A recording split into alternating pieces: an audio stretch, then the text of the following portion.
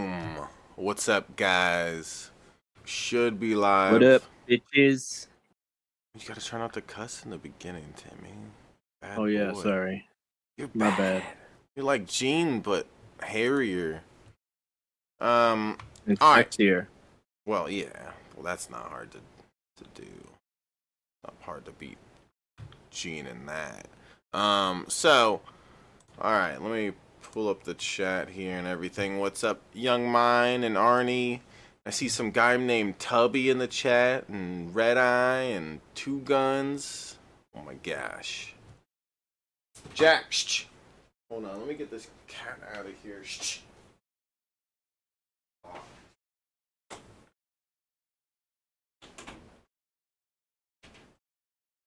Jack Attack.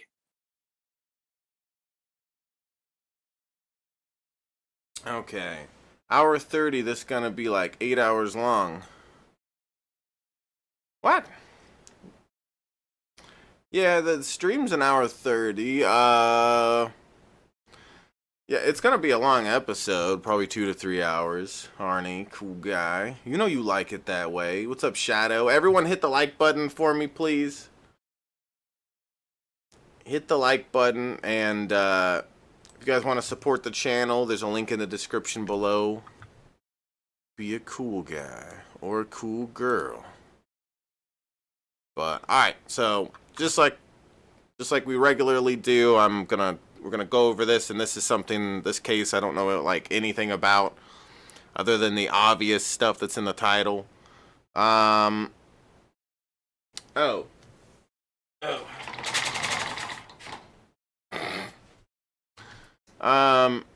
Alright, so That's effective green screening, bro. yeah. I can't see it. Alright. She burnt, so like somebody probably set the cone for or something. I don't know. She just come out of the woods at my house. That's the worst one I've seen. I couldn't believe she was still conscious and alert with the amount of burns she had. What did she do that was so awful that she would die a torturous death like this? That's what we want to know. I have nothing to do with nothing. That's my friend. I'm telling you, that's my friend. I would never hurt her. On March 24th, 2010, Do you believe her? I don't believe her. a man She named burned Tarrant Woman. sat outside his home in Pensacola, Florida, enjoying the fresh night air. By all accounts, it was a perfect spring night. That is, until a faint voice rang out from the forest surrounding his home. At first, Terrence couldn't make out what the voice was saying, and then it came again, a panicked and pained moan. It was a woman calling out for help. Terrence couldn't have had the slightest idea of the gruesome crime that had just been committed against this woman, a crime so brutal that you may have trouble believing it. In reference to the call, we're on scene and prior saying that the patient, she's got second-degree burns over 100% of her body, but she's saying that there was no vehicle involved, that people dragged her out of her house and set her on fire. At first, through the forest shrouded in shadows, Terrence couldn't make out the woman calling for help. Moments later, when he finally could, he was horrified. A 19-year-old woman, Audreanna Zimmerman, slowly stumbled I knew toward it him was out her. of the darkness. Burns Huh? Yeah. I knew it was that one. Yeah. coated every inch of her skin, so severe that he couldn't make out the color of her skin or whether she was wearing any clothes at all. Terrence called 911 while Audreanna sought refuge on his porch. 911. What's going on out there? Somebody started burn up. Her, this lady on fire right now. Do what? She burnt all up. You gotta. She's burnt? She burnt, so like somebody probably set the cone for or something. I don't know. She just come out of the woods at my house. As they waited for EMS to arrive, Terrence noted that Audreanna smelled heavily of gasoline, and there was a severe injury on her head in addition to the burns. Whatever she had endured had left her barely clinging to life. By 9:24 p.m., an EMT arrived at the scene to find Audreanna sitting on the porch with her arms outstretched, rocking back and forth to soothe her pain. The extent of her burns meant that the EMT on the scene couldn't offer her much medical assistance. Even for a seasoned EMT, the sight was deeply disturbing. she was kind of moaning. She was just in a sitting position, and the way she was looking was it hurt to move anywhere. So she was kind of in whatever position she was the most comfortable. It was in a sitting with her arms stuck straight out. She was moaning, and it was hard to understand her due to her jaw. Her jaw was very deformed and stuck out. So she kept, mumbling, help me. And I told her, I'll try to help you. You just got to stay there and try not to move for me. Really, with a burn victim like that, there's nothing much we can do until EMS gets there. And your training experience when you saw her, what was your first thought? That's the worst one I've seen. I couldn't believe she was still conscious and alert with the amount of burns she had. Did you feel her condition was grave? Yes, sir. Just from your experience and seeing what you've seen? Yes, sir. Just from seeing that, plus the head trauma, the amount of head trauma she had to her face, I would not have expected her to make it through the night. She kept telling me I'm about to pass out. So I told her, try to stay awake for me, and I wanted to get the info of the suspects before she passed out. Fearing that she would never wake up if she passed out, the EMT dug for all the information he could about what happened to her. She managed to tell him that she'd been taken from her house, tased, beaten with a crowbar, and set on fire. En route to the hospital, the paramedic supervisor tended to Audreanna's wounds as much as they were able to. In their interview with the police, they disclosed heart-wrenching details of the ride to the hospital. And I told her, keep fighting. And she kept saying over and over again, am I going to make it? Am I going to make it? And I told her I was going to try. And she said, just tell me I'm going to wake up and see my babies. I got to talking to her, and I told her that I was probably going to be the last person she talked to for a while, and that in order to catch the people that did this to her, I needed her to tell me if she knew who it was. And I asked her why they did it to her, and she said, I thought we'd made up. Without being able to give more details about the horror she had endured, Audreanna was given morphine for her pain and fell into a coma. Investigators were desperate to find the perpetrators behind such a heinous crime. It wasn't long before they inferred that wading through all the convolution and getting to the heart of the horrific incident was going to be anything but clear-cut. This is Cypress Trail Mobile Home Park, where 19-year-old Audreanna had only lived for a few months before the horrific incident took place. Audreanna moved to Florida with her children from her hometown of Lubbock, Texas. Her family, who lovingly nicknamed her Audie. See, this is why you don't move to Florida. Yeah, obviously. Florida's the worst country in the world. Exactly. Her from the moment she left for the Sunshine State. She was a loving, dedicated mother to her 2 children, and her final words before she fell into a coma confirmed this. En route to the hospital, barely clinging to life, she repeatedly asked the medical professionals to take care of her children and check on them since they were home alone. Mere hours after Audreanna was taken to the hospital, law enforcement arrived at the trailer park. They knocked on Tina Brown's door at lot number 3 of the trailer park, where she lived with her 16-year-old daughter, Brittany Miller. Then they knocked repeatedly at lot number 1, where Heather Lee resided with her husband, Darren Lee. For nearly an hour, no one responded, until finally, after incessant knocking, Heather answered. She, Darren, and Tina had been holed up inside her home the entire time. By then, the police had plenty of questions for them. Throughout the interrogations we're about to see, law enforcement is forced to wade through a sea of contradictions and lies created by suspects who were seemingly racing each other to dry land. That race to escape began the moment Heather Lee was put in a cop car to be brought back to the station for questioning. The following footage has been analyzed by a qualified team, including a licensed professional counselor and a licensed attorney. It's cold in here. All right, keep going. Hey, it's she said it's cold in there. Maybe someone should light her on fire. No, just kidding. I'm kidding. On Minecraft. She's cold back here. I'm kidding. It was a joke. Oh. Can you tell me what's going on? Huh? Can you tell me what's going on? Just hang tight, okay, dear? Okay. After setting Heather in the car, the police leave her alone for another 20 minutes. She fidgets anxiously in the back seat. What's your full name? Heather. H-E-A-T? H-E-R. You work anywhere? No, sir, not. Several witnesses and neighbors interviewed alleged that many people in the trailer park sold illegal substances or allegedly worked as escorts, including Tina, Heather, Audreanna, and their partners. In the 4 months leading up to the battery of Audreanna, Cops had visited the trailer park 25 times, but this time would prove to be the most ghastly, heartbreaking visit of all. What is going on? Okay. Well, first of all, we're investigating a battery here with your neighbor there behind you. Audreanna? I guess. The lady lives behind you. Listen to me now. Okay. I'm going to ask you some questions. Okay. I just see Audreanna earlier today. All right. My name is Investigator Watts. I'm with the Sheriff's Office. Okay. And we were called out here on an aggravated some type of disturbance tonight, okay? Where your neighbor was critically injured, and you have been implicated, maybe having some knowledge or information, or even being involved. Okay. I have to ask you some questions, but before I ask you any questions, I'm going to have to advise you your rights, okay? Okay. The detective reads Heather her Miranda rights. She accepts them rather calmly. Why is she being interviewed in the cop car? I have no idea. Yeah, I'm a little confused about that. What's up, Sunfire? Cool girl. You got here right in time, Sunfire. But yeah, why are they interviewing her in the back of the car? It seems odd.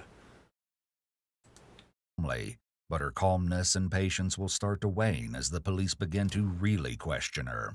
First of all, tell me, do you know the situation we're talking about here? No, sir. That's why I keep asking what's going on. Okay.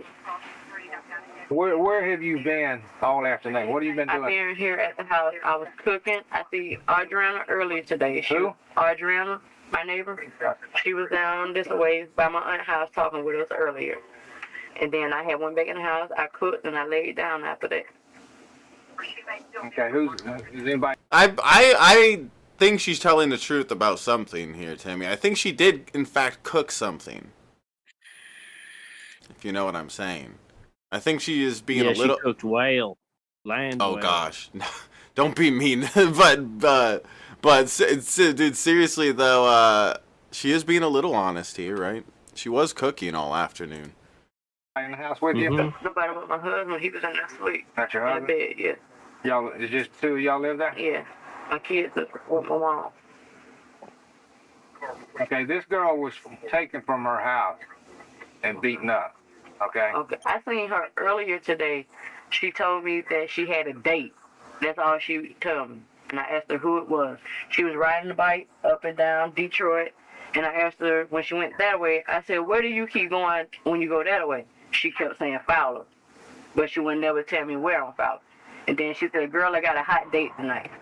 It's interesting that Heather immediately provides information to deflect the interest away from herself and toward the supposed hot date. Do you know the lady lives in lot 3 back there? Tina, yes, I know Tina. All of us know each other out here. I met her when she first moved out Okay, here. how long has she been here? I'm not quite sure. It's been a couple months, though. She ain't been living out here no longer than a year. Okay, where did you go tonight before we got here? Tonight? Tonight? Yeah. I didn't go anywhere. So you've been in your house? I've been here The whole and down by Tina's house and by my aunt's house and back here. I was here cooking. My other aunt, my mom's sister, came around here, her and the kids. And I was in there cooking fish and fries. And it's still on the stove. Heather telling the officer that the fish is still on the stove is an attempt to prove that she's being truthful. In reality, her desperation to provide evidence of her activities only makes her look more suspicious.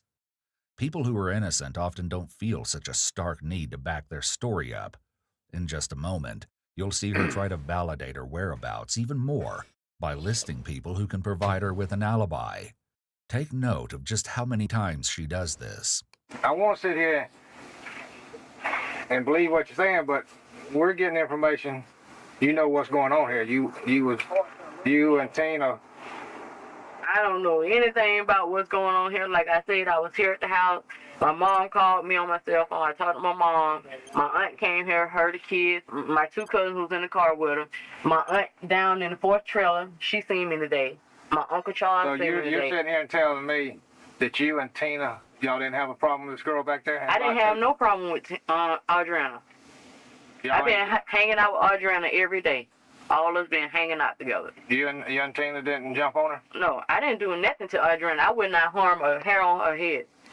Heather's protesting that she couldn't have been involved because she would never hurt any part of Audreanna is known as a convincing statement. This type of statement is often a sign of deception, as a truthful person's first instinct would likely be to outright deny an allegation, rather than try to convince the person posing the question of something. I had to protect her once before. From who? Because her and some girls was getting into it, and I stopped them from jumping on her. Other than that, I haven't had any problems with her. Her kids, I always have her kids with me. Me and Audreanna is just like that. Ever since she moved out here, we became friends. Here, Heather's palm seems to be facing up as she's speaking. The palm-up position is not very affirmative, and it suggests that the speaker is asking her palms are up, and they set it down, Timmy. Her palms are sweaty. Yeah, her palms are sweaty, her knees are weak, and she's got spaghetti all over her shirt already. Should I grab a beer, Timmy? Why wouldn't you grab a beer? I don't know. Alright, hold on, let me grab a beer.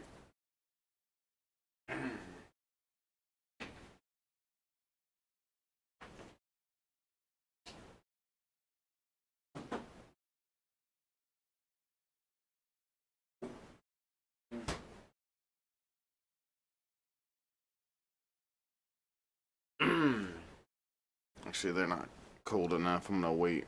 Grab a beer, Shabirski. You two guns! Two guns! or pleading to be believed.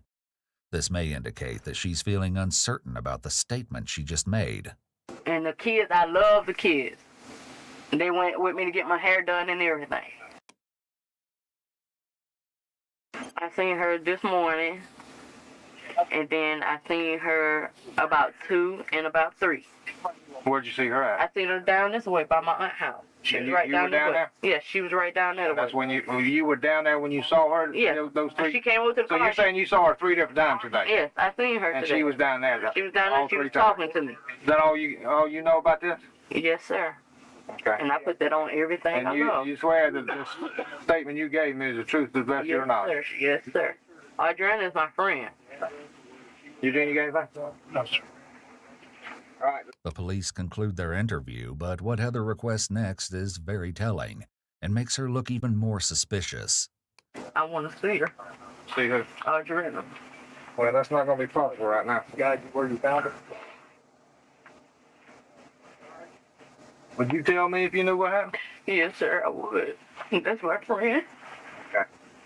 All right, we'll be back with you in just a second, okay? She's crying, Timmy. I'm gonna say she's innocent. Okay? She's innocent. She didn't have anything to do with it. She's crying. That's her friend. Yeah, she said so. Once more, Heather is left in the car. She shifts uncomfortably and sniffles, wiping her tears until it seems she cannot take the anxiety brewing inside of her any longer. While to some her next actions may seem to be those of a desperate friend, to others they likely appear to be those of a suspect trying to feign concern. Baby!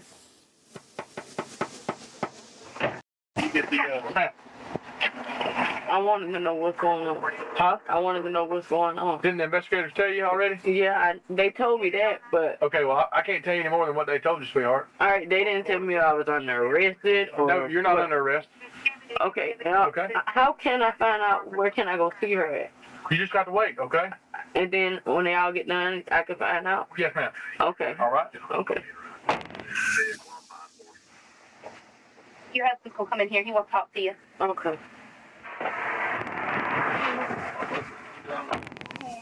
Meet Darren Lee, Heather's husband. This is getting weird. Why is this happening right here? He wants to talk to her and gets in the back of the cop car with her. This is just an odd scenario so far. He's no stranger to run-ins with law enforcement, having been convicted of 2 prior felonies in 2001, including battery and sale of a controlled substance. As soon as he's put in the car, it seems that the couple begins retracing their steps in a discreet way to ensure her and Darren's stories are aligned once they're separated for questioning. This early in the investigation, we can only speculate as to the reason behind Heather and Darren having been placed in the vehicle together. It's possible that law enforcement just needs to secure them for the time being. However, it's also a possibility that officers are intent on capturing what the two might inadvertently disclose as the camera is running. That's not what you did then. That's what they told me. They say, we were finna go down and ask some questions or something. I'm gonna what? Go down and ask some questions. I told them before that Block and Brown came by and ate some fish with them. Told them that y'all may leave. But she said that you told them that we were asleep. I told her that I was just in there asleep. 448, copy code. I told them that we was eating fish like the movie. Go ahead, 448. 17, Yeah, and I was right there on the couch. The Block and Graham came by. Yeah, man. That's bored, man. That's why I'm not doing it.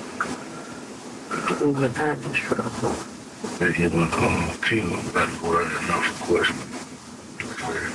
Y'all ain't getting charged with that shit. You don't answer all the questions. I ain't got no problem with going. Like I told him. I seen Audreanna earlier today. They talking about the gas can and everything else. What gas can? Gas can from the, on the floor. The gas. Them gas cans being on the porch. I don't even know who gas cans are this. I told them Jerry's. Jerry's. I don't know who gas cans those is. Heather's reaction to Darren mentioning the police taking gas cans off their porch is rather frantic and over the top. Them gas cans being on the porch. I don't even know who gas cans those is. Especially considering the fact that at this time, officers had not even disclosed that Audreanna was burned. I ain't know what the hell was going on. They told me I just seen her today. And now they saying she in intensive care. I seen her before it got dark. All right, man. She asked me for a band-aid today. I'm gonna give you about a minute more, say your things, and we fixing to go. I need to talk to you real quick. All right? I'll give you about a minute more. Say goodbye. Hey, am I on arrest? You are not free to go at this time, so you can consider whatever you want to consider. You're not free to go right now. Okay. All right? Okay. Nah, I like the way the cop said it. He didn't tell her yes or no. He's like, you ain't free to go, so you can call it whatever the fuck you want to call it. All right?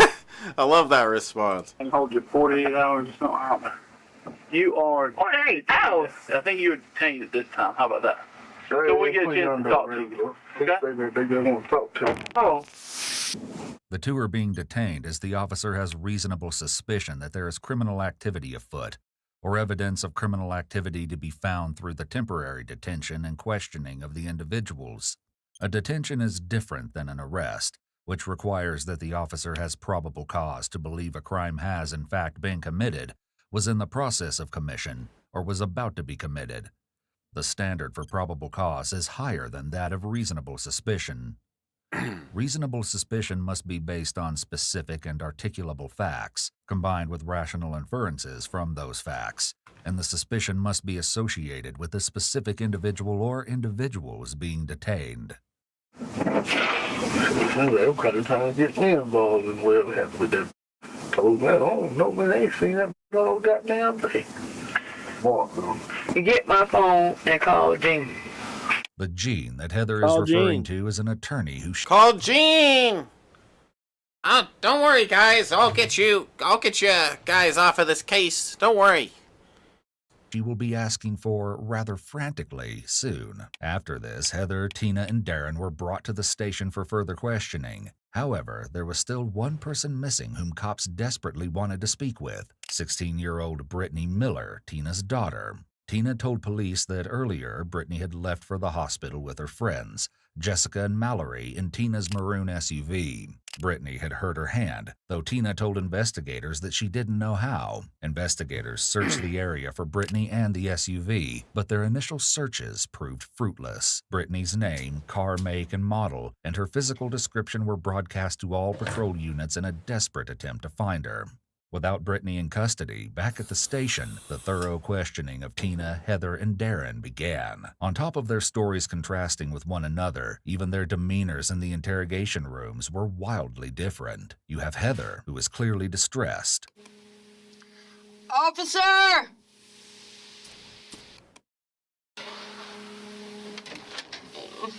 Yes, ma'am. Please give me a nurse or something. For what? I don't feel good. I wouldn't be feeling good either right now. I'm having an anxiety attack. I have anxiety attacks. I've already called. They're supposed to be coming back to you, okay? That's all I can do right this moment. Okay. Sit up there in that chair up there and set your head down on that desk. And just breathe right. Okay? Okay. Please let me go. Please.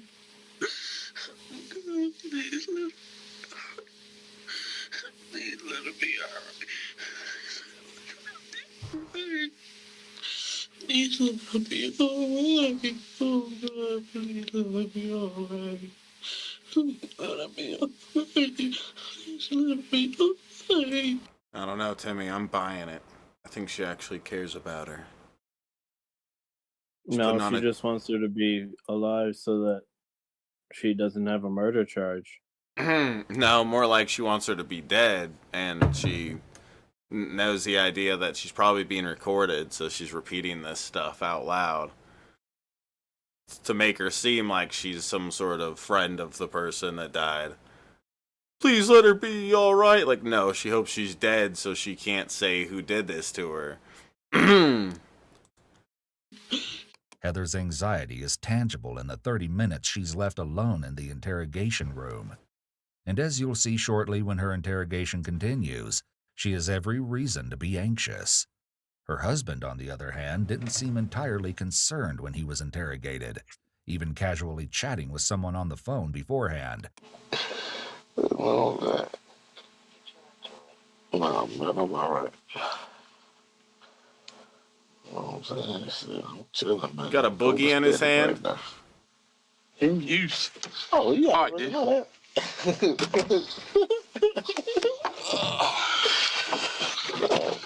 I was really trying to do, but I would call you when I get home. You ready, man? 477. Yeah. I'm for real. I will call you right back, man. I ain't getting off this goddamn phone. Who is it? My bad. I got to, man. I don't know, man. He gonna take my phone. You done? Yeah. All right. And then there's Tina, sitting emotionless in the interrogation room while she waits for police to enter and question her.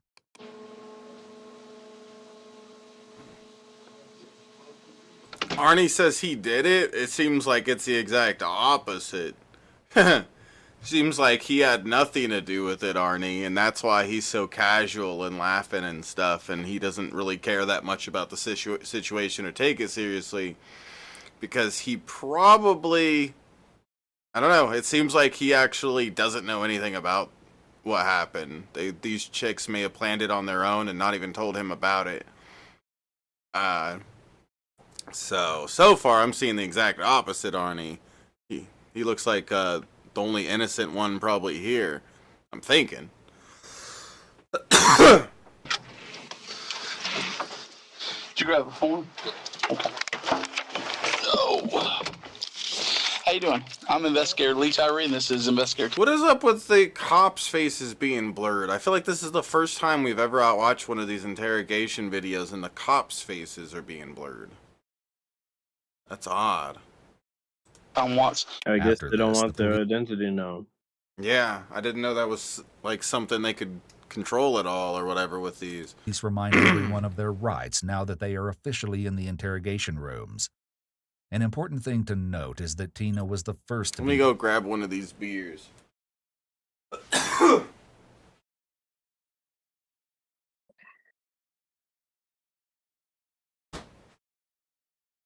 I'm Shabirski. Shabirski. Interrogated, followed by Heather. Take a look at how their stories compare. Even their initial retellings of why they didn't answer the door don't align. I've been talking to you for Dude, I swear, some people are... You know what? Maybe he does know about it. Because, that was something that... it's weird that he's laughing and stuff. It makes him seem innocent and having a casual phone call. But he was chilling in the house with them when the cops were pounding on the door for like 30 minutes or something. So maybe he does know about it. Kind of forgot about that. minutes. I was kind of trying to find out why you weren't answering the door. When Yeah, you came two to guns. the house this evening. You explained that you saw the cops and that you were nervous about that. Is that You want to come hang out with us, Two Guns? You gay? true? Yeah. Okay. We were just watching movies. Okay, so you, Darren, and Tina were sitting in the living room. Heather were sitting there in the living room watching movies. Mm-hmm. And when the cops knocked on the door, what'd y'all do? We were sitting there. Okay. Why didn't you answer the door? It ain't my door. Okay. Oh, God. It ain't my door. Okay. Did they do anything special when the cops knocked on the door? Turn out the lights, turn off The lights TV? were already off because we were being nosy, looking out the window, seeing what's going on next door. Okay, so you saw the cops next door 1st. Mm-hmm. Were the lights on before the cops came over next door? Yeah. And then y'all turned them off when they came over next Yeah, door? you can see better with the lights off. You don't see Okay. nobody looking back. Oh, gosh. Oh, my gosh. So we didn't answer the door because, well, me personally, it's not my house. We did turn the lights off when the cops were coming over to our house. And yeah, the reason we did it is because it's easier to see out. It's easier to see what's going on outside. It's like, yes, I'm buying all of this bullshit you're feeding me. Tina haven't been at my house all night. Okay, so you sitting there in the living room watching movies. Mm-hmm. Tina hasn't been at your house She tonight? haven't been at my house all night. Where was she at? She came in. She came and knocked on the door, and I got up. She said the police was out there. Okay. And I just laid there. Did she come I was in? on the couch. I just laid there because I was asleep. Did she ever come in the house after she told you the police was there? She came in the house, and she sat down. In your house? Yeah, she sat on my couch. And what is she? Arnie, didn't I know what? And I asked her what was going on, and she told me she didn't know. I'm confused here because Darren told me that you and Tina were there and cooking all night. Tina was there when I was cooking earlier, Okay. but she wasn't out there all night. Where'd she go? She had left. She told me she was going home. Okay. About what time was that? It was what time I was cooking. It was getting dark when I was cooking, and I stopped cooking about 6 or 7. So Tina left around 6 or 7? Yeah, she left. Okay. And when did she come back over to your house? She came back probably like 30 minutes to an hour later. So she was gone for 30 minutes to an hour. Yeah. And she comes back and the cops show up right at the same time? She came in, she said the cops outside. Did you see the cops outside that time? I got up and I looked and I seen the lights. You can see the spotlights. I see the spotlights. And where are they at? They was outside. Are they outside? They was outside the Tina house. They were outside Tina's Yes, house. they was outside the Tina Were house. they outside of Audreanna's house at all, or no? When I had came out, they was outside Audreanna's house. Okay, that's when they knocked on the door when and you I answered came. the door. Yeah, when I But answered you didn't the door. answer the door for like an hour. They didn't knock on my door. Oh yeah, they beat on that door. Not on lot 1 they did because I was laying right there on the couch. And Oh, now we got this. So the other girl's like, yeah, we knew they were knocking, but it wasn't my house, so I didn't answer the door. This chick's like, oh no, I didn't hear it. They must have not been knocking hard enough. It's like, no, cops are loud fuckers. They're gonna knock real loud. They're gonna make themselves be known and stuff. That's what they're supposed to be doing. And so yeah, they're not gonna buy this shit that you live in a little trailer.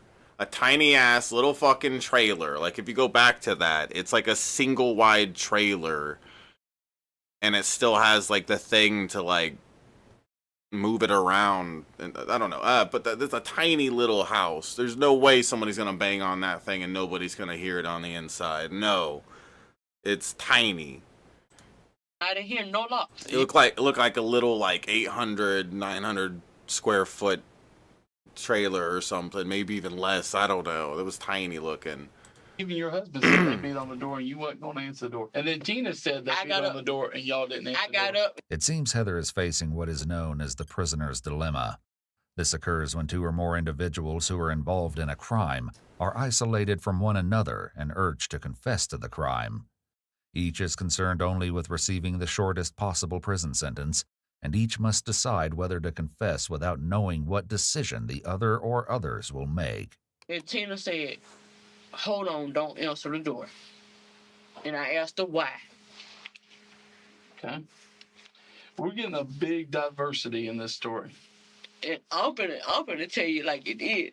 Audreanna is my friend. I would never hurt her. Tina came to my house and she told me not to answer my door. I asked her why. She said, because the cops is out there. Heather's emphasis points are extremely off here when she states she's my friend, then hits the table, followed by I would never hurt her, and strikes the table again. You can actually see and hear how her nonverbal emphasis does not naturally line up with her words as it should. This is widely recognized as an indicator of deception. And then she asked me, she said, where are the cops at? I said, they down there by your house. Why you keep asking me where the cops at? Mm-hmm. And she wouldn't never say. She started acting nervous? She was acting nervous. She started back puffing on the cigarette. Did she look like she was been running, or did she look like she'd been in a fight? She was acting normal. Notice that Heather's palm is up here, which may be an indication once again that she's unsure of the story she's telling and asking to be believed. Let me ask you a question. She was acting normal. You said when we asked. And I asked, I said, Tina, I said, you seen Audreanna tonight? She said, no, I haven't seen it tonight. And she didn't tell you why she didn't want you to answer the door. She didn't say anything about why not to answer the door. But she did tell you not to answer the door. Yeah. And I told her, I said, I don't have anything to hide. I'm going to open my door. And then I got up and I said, who is it? And they said, the sheriff's department. And I opened the door. What was Darren doing? He was laying at the bottom of the couch watching TV.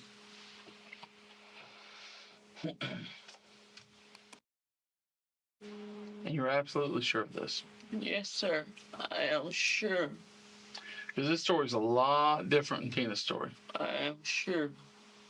As the investigator has pointed out, Heather's story is wildly different from her husband's. Okay, so you were sleeping until about 7, so you don't know anything prior to that. Oh, wait. Okay. He said Tina. He said your story is totally different than Tina's story, and then he just says that he pointed out. I don't know. Whatever. And your wife tells me this story about Tina coming in, saying the cops are outside, and that y'all look out and you see the cops surrounding Miss Zimmerman's trailer. And she says for y'all not to answer the door. Now, I don't recall any of that conversation going on in yours. Now, I do remember you saying y'all didn't answer the door because it was police. Yeah. Tell me about that. I don't want to say the police was out there. Okay, so you don't recall Tina coming in and saying that the police are outside? Tina was already in the house. Because your wife tells us that you and her at home alone. Tina comes barreling in and saying, hey, the cops are outside. And y'all see the cops outside. And Tina's saying, don't answer the door. No, that's a lie. That's a lie? Yeah. Okay. Because Damn. that's what Heather told us. Your wife. I'll tell you that's a lie. Okay. Why would she lie to us? Do you know? I don't know. I mean, she was distraught. She was crying. She was telling us this story. She seemed like... Emotional. Well, emotional, but she also seemed sincere. Yeah. Dude, he still seems like he has no clue about this stuff, especially at this point. He's probably going to be mind blown when he figures out what the fuck they did. It's possible that Heather is lying in order to make Tina look bad and compromise her alibi, though clearly she and Darren aren't on the same page about that plan. Obviously know something's up. Yeah. So tell me what happened tonight. Nothing happened that I know of. Notice how Tina is rubbing her neck, which is a major red flag. It's obvious that she's feeling very insecure and apprehensive. Neck massaging in general is a calming response. In addition, rubbing the vagus nerve near the side of the neck, close to where a pulse is taken, actually results in the release of acetylcholine, which sends signals to the heart to slow down a person's heart rate. However, this isn't to say she's guilty, as she's clearly in a stressful situation, but it's also an important tell to take note of. See your arms and hands if I could. Okay, can I see the top signs? Okay. Those old scars on there? Yeah, I have a puppy. Okay, and what's this right here? That little scratch there? This? Yeah. I have a puppy. Okay, and your puppy caused that? Look, I'm going to here. Got your chin? Okay. Nothing new. All right. Yeah, So where were you tonight? at Heather's. At Heather's house? Well, I was at home. My daughter's braiding my hair, so I was at home, but it started hurting, and her little friends started coming by. Remember what Tina has said here about her daughter braiding her hair. It will prove to be quite important as the investigation continues. So Heather said she was going to cook, so I went down there. She was cooking fish and French fries, and then we just started watching movies. Okay. And did you go anywhere from there? Mm-mm. You were there all night until the cops came up there? Mm-hmm. Tina has put her hand to her mouth here. Whether conscious or not, many individuals will attempt to hide their lie by physically covering the source of their deception. What time did you go over there?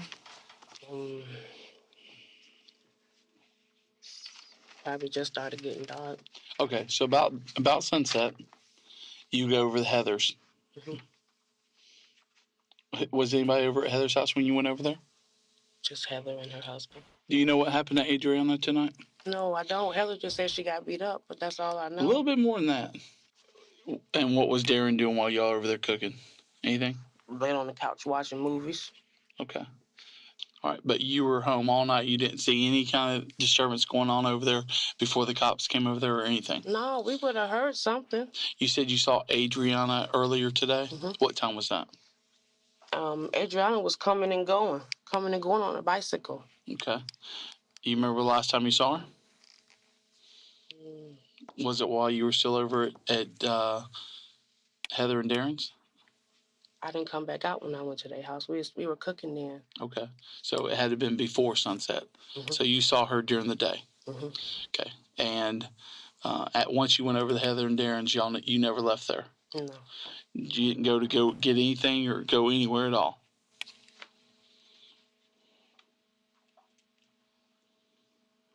I don't think so.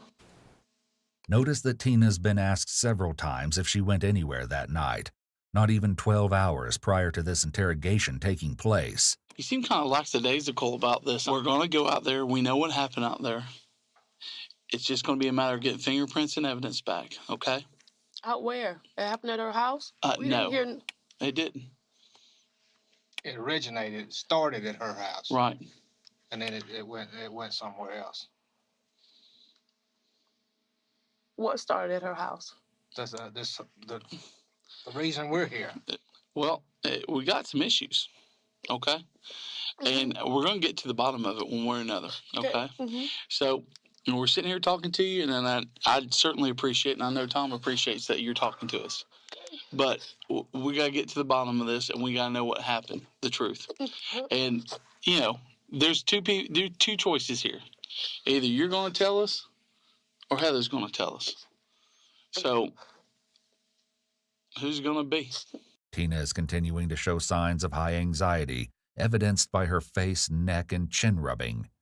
It's unfortunate that the officer is throwing out questions at such a rapid pace that Tina isn't getting a chance to answer most of them.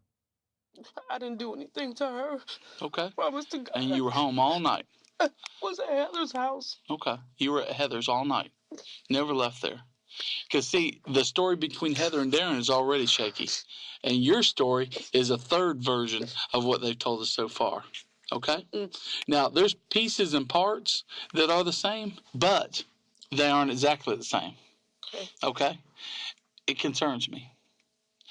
It sounds a little too good, and then the parts that they're breaking up, I don't understand why they're not saying the same thing. Okay? Mm-hmm. And so we need to get to the bottom of this, and somebody's life may end over this. We're getting told that she's in pretty critical condition at this point and not likely to make it. So that's why we're here.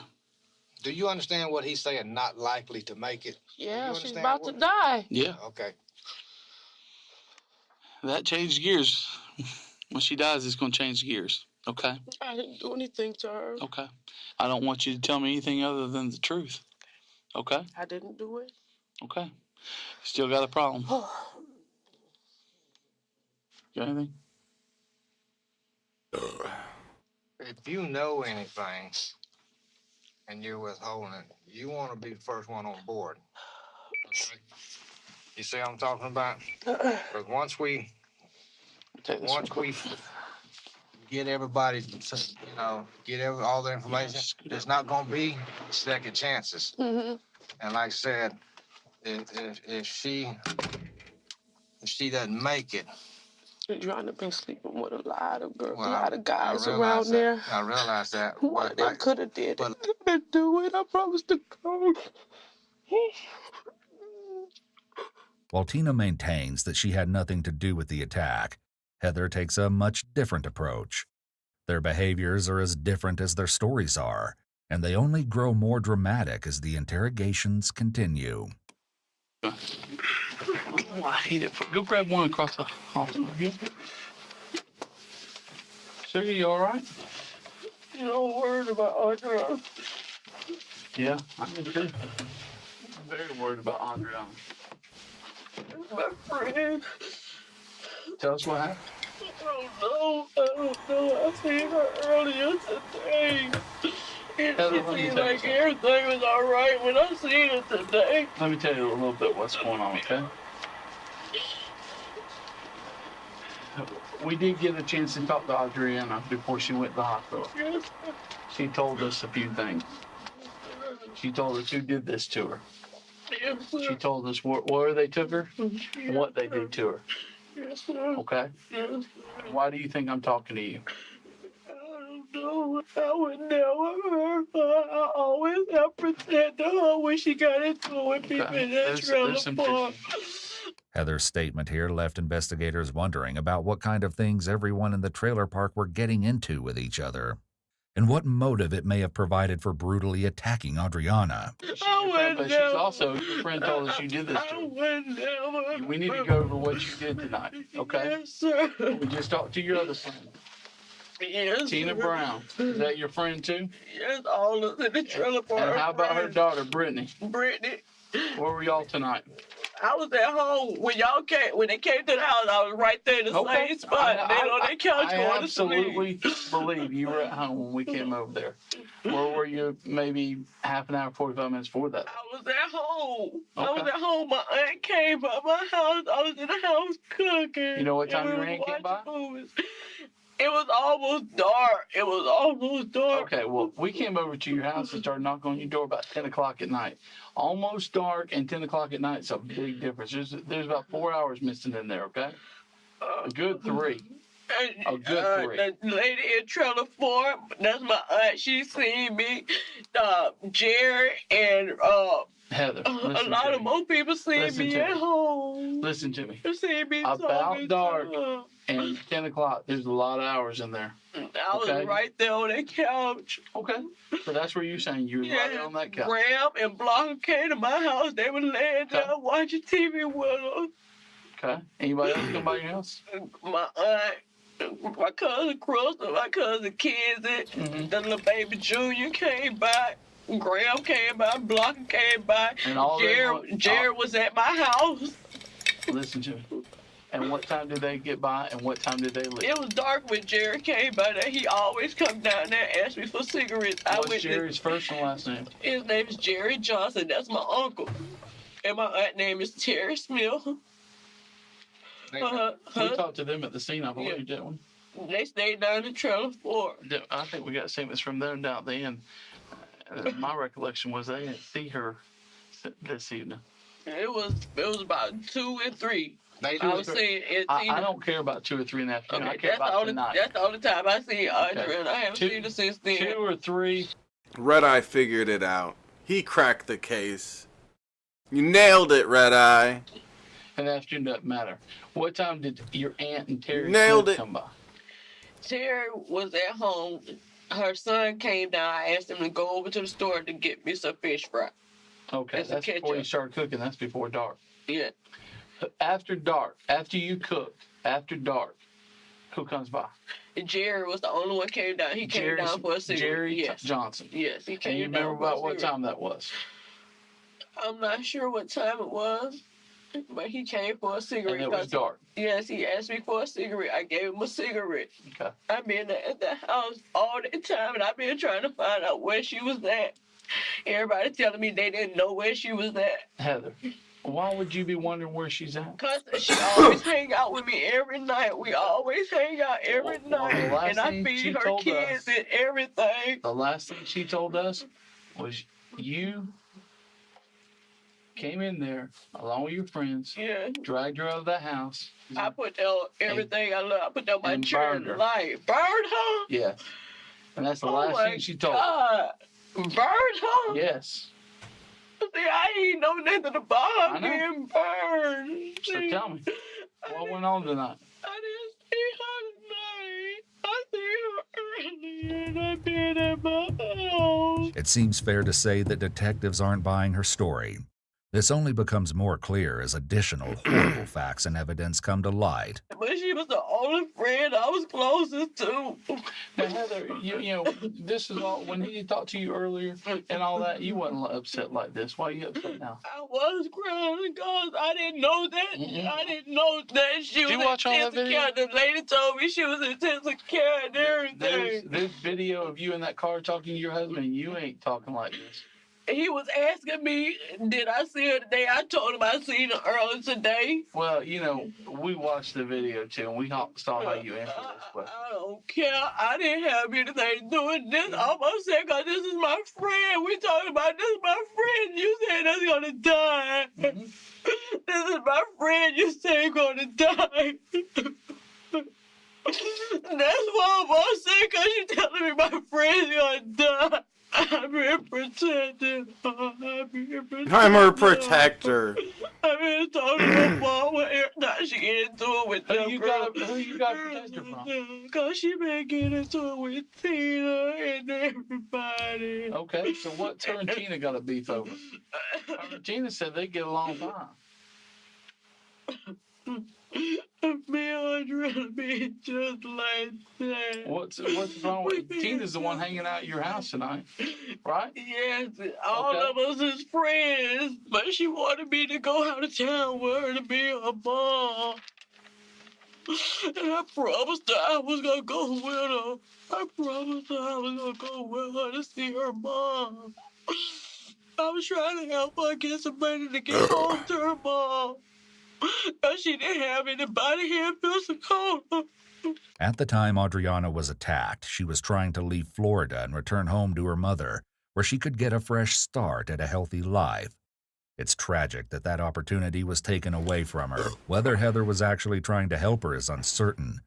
But there's no doubt Heather's hoping presenting herself like a savior to Audreanna will make her look less guilty. When I asked you about Audreanna and her date, you said he was supposed to come pick her up, is what she told you. Yes. And then you said you were sitting at your house and you saw a set of headlights come down You the can see driveway. headlights coming But in. you didn't pay no attention to it. No. So I don't know if Now, he wait, picked listen. her up or what. Okay. But I seen Tina, let's get yes. back to Tina. Okay. Was she at your house at that time? When the headlights came in, no, she was not in my house. Okay. She was not in my house. Did you ever see? Sit here and lie and say No, she I'm not. We're was. not asking you to lie, baby. What did you see those headlights leave? I seen them came in, they went down, and then the headlights came back up. Came back. How long did they stay down there? They had went down and was down for like 10 minutes. And then they came back up. So you 'Cause didn't. I could lay right there on my couch by the door, and I could see headlights coming Did in. you tell what kind of car it went to? No, I didn't never look at the So one. you I didn't just get up seen and the look, see headlights. where the car went? I didn't never get up to see where it went, but I could see the headlights coming in through my front window, and I could see the headlights coming back out through my window on the side where Audreanna trailer is. Okay. What kind of car did Brittany have? Brittany don't have a car. Okay. Was she riding around in a car tonight? Did you see her car? Was she riding with her friend? I like how the police station straight up gave her a roll of toilet paper to use as tissue instead of like a tissue box. Yes. I didn't see her. Seems just like I'll do that at home, use toilet paper like tissue and stuff, but it's just like it's kind of weird for the police station to give that to someone. Like, okay, I don't know. Soon after Heather was interrogated, the police returned to question Tina more. With Heather's testimony, they have some new ways to confront Tina. The stories are a-changing. It's interesting that Tina is sitting with her arms in her shirt, which isn't something we typically see with adults. We do know, however, that a fight or flight response can cause extremities to feel extremely cold. So, you had time to think about it. Where were you tonight? At home and at Heather's house. Okay. When did you go over to Heather's house? Like, when it started getting dark. When it started getting dark? About sunset. And you stayed over there the rest of the night till the cops got there? Yeah. Really? Yes. Because that ain't the story I'm getting. Okay. You don't care, huh? I didn't go anywhere. Heather's saying you're gone for half an hour to an hour tonight. I was not gone for no After half dinner. an hour to an hour. And you come back right before the cops are over there. Cops are over there around 10 o'clock. So from 9 to 10, I got you unaccounted for. So why is it that Heather's saying that your daughter didn't come by her house, that she went by your house? Who went by my house? Your daughter. My daughter was at my house, supposedly. Okay. And she came to Heather's house. We asked her if Brittany came by her house at all today. She said no. She said the only time she saw Brittany right after school at your house, and that's the only time she saw her today. Well, maybe she didn't see her. I saw Brittany. When they asked who was at the door, Brittany said, "It's me, Mama." I opened the door. I went outside. Trust me, she's cooperating with this as far as when we ask her stuff. Mm-hmm. And we asked her specifically, was Brittany at your house today? At my house? At her house. I'm talking to Heather at this point. Okay. And Heather's saying no. She was never inside of Heather's house. I asked Heather if you were over at her house, and she said yes, she came over around dinner time. Mm-hmm. And then she said you left for half an hour to an hour. And that when you come back, you come in a hurry, nervous, saying the cops are outside, don't answer the door. Why is Heather telling me this? You tell me. If me and Heather were together doing this, then how is Heather going to be already in the house and I'm not in the house? Don't know. It seems the detectives are trying to turn Tina against Heather by making Tina think they believe Heather may be innocent. This only stokes Tina's frustration more, as you're about to see. Dude, I like how the cops did that. Are you there, Timmy? Yeah. You see, I like how they did that. That seemed like some really good, like, manipulation there. They brought that up, and you could see, like, it's turning her against her friend now. Yeah. Oh my God. Yeah, mine for sure ass. Yeah, they did a good job there. I think that they deserve like an award or something for that. That was awesome. The story between you and Heather keeps getting further and further apart. I have not changed nothing on mine. Not nothing. Not nothing. Nothing at all. That's the truth. If that's the truth, then that's the truth, okay? Okay. Nothing's changed from what I've told you. Now, you have it? Nothing at all. The divide between Tina and Heather was growing. Investigators had enough contradictions between the suspects' stories that the alarm bells were now deafening. When they finally got word that Brittany's car had been located behind the house early in the morning, they brought Brittany in for questioning. Tina hadn't seen her daughter since she left for the hospital. Her panic when she thinks she sees Brittany in the hallway at the station before Brittany's first interview is evident. Is that my daughter? Come on. No, that's the other girl that was with you. Come on. That's my daughter's That is not your daughter. You need to step back in here. Brittany. It's not Brittany. Jesus. I thought Have a seat.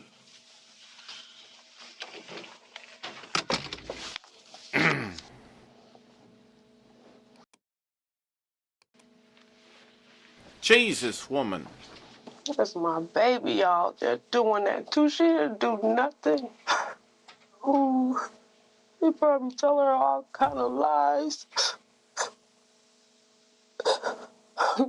Is she afraid her daughter is about to reveal some incriminating information to detectives? Here in the state of Florida, when a minor is taken into custody, efforts must be made to contact a parent or guardian. But generally speaking, an interrogation can take place, and this is likely not going to be favorable for Tina or her daughter. According to 16-year-old Brittany, she hung out with her friends Jessica and Mallory after school until late into the night, at which point they left for the hospital. Her story of why the trip was necessary and why her right hand was now in a cast is interesting, to say the least. When police ask her to sign a paper indicating that she's been read her rights, she struggles to sign because of her broken pinky finger, bringing even more attention to the mysterious injury. Okay, I have to sign with my left hand. Okay. What'd you do to your other hand? I broke my pinky. It's really sloppy. Yeah, just do the best you can. Why is it that you think you may be here? I know we talked to your mom last night. Did she tell you? What have you been told? That they think that we did something to our next door neighbor. To who? Audreanna. Audreanna? What is it that you think happened? Have you been told at all? Huh? That I don't know.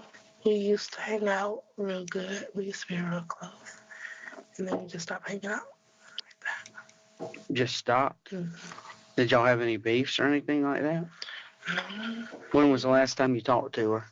Yesterday, around 4 o'clock probably. Because she was riding a bike. And I just asked her where was she going with the bike. She said she was just going to ride. Short conversation? Yeah, it was short. That was it. Brittany explains that she said hi to Audreanna when she met her friend Mallory outside Brittany's home before the girls entered. Went in the house and I started braiding my mom's hair. And then that's when my other friend came over that lives next door to me. And she started saying I was hurting her head and stuff, so we stopped. And then she left to go down to Heather's house. And me and my other friends, we just stayed there. Just listening to music, dance, watch movies. Who was at the house with you dancing and watching movies? Mallory and Jessica. Mallory and Jessica? Is that it? Yep. Brittany explains that Jessica lives next door. The activities began around 5 o'clock that evening, she claims. Nice TV and right they there. continued into the night. About what time did everybody leave? They stayed the night. You probably wish you could afford a TV like that, right, Timmy? Yeah, got the goddamn knobs on it and stuff. What's going on here? There's like a chair. Maybe that's a mirror. I think it's a mirror. Oh yeah, you're right. It's a mirror. Okay, I'm being dumb. Yeah, I'm like, there's a chair on top of it. Yeah, you're right. That's a mirror. There's a chair over there. Okay, I see. So, yeah, you remember the days? I'm sure you grew up with TVs like this, right? Where they're fat, and they weigh a lot. Yeah, I've had bigger TVs than that though. Yeah, they could be really heavy and stuff. It's totally different than nowadays. Mallory stayed the night, but Jessica, she went home. She went home about 6 o'clock in the morning because we was at the hospital. Because your hand? Yeah. Tell me how that happened. Mallory, we were in my room cleaning up my room, and I asked Mallory to toss me my key. And when she went to toss it, I went like that to try to catch him, and that's when I hit like the corner of the door right there. And that's how I broke it. In your bedroom? Mm-hmm. About what time did that happen? Around 1 o'clock, 1:30, and that's when we left to go to the emergency room. About 1 or 1:30? Mm-hmm. Your line's on fire.